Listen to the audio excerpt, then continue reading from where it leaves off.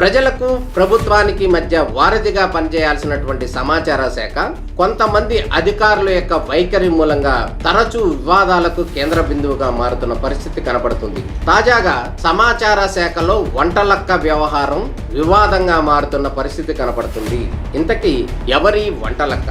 గత కమిషనర్ గా పనిచేసినటువంటి వ్యక్తికి సమాచార శాఖలో పనిచేసినటువంటి ఒక అధికారికి ప్రత్యేకంగా వంటలు అందిస్తూ పలు సేవా కార్యక్రమాలు చేస్తున్నటువంటి ఆ వంటలక్క గత కమిషనర్ అనేకమైనటువంటి అవినీతి ఆరోపణలు ఎదుర్కొన్నప్పటికీ కూడా ఈ వంటలక్క వ్యవహారంలో కూడా కొన్ని ఆరోపణలు ఎదుర్కొన్నాడు అనటంలో ఎటువంటి సందేహము లేదు.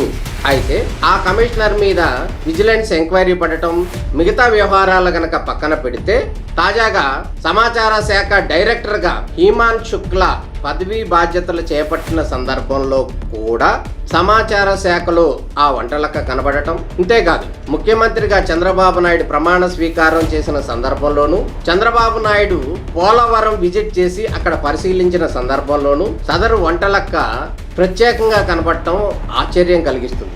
ఎఫ్డీసీలో చిరుద్యోగిగా ఉన్నటువంటి సదరు వంటలక్క చంద్రబాబు నాయుడు ప్రోగ్రాంకి, కమిషనర్ ప్రోగ్రామ్కి కూడా అటెండ్ అయ్యే పరిస్థితి తీసుకువచ్చిన, అంతగా ఎంకరేజ్ చేసిన అధికారి ఎవరు అనేటటువంటి అనుమానాలు కలగక తప్పదు. సమాచార శాఖలో పేకల లోతుల్లో మునిగిపోయినటువంటి పరిస్థితుల్లో నూతనంగా డైరెక్టర్గా బాధ్యతలు చేపట్టినటువంటి అధికారి అయినా గత తప్పిదాలను ఒక కంట కనిపెట్టి కొరడా జుల్పించాల్సిన అవసరం ఎంతైనా ఉంది.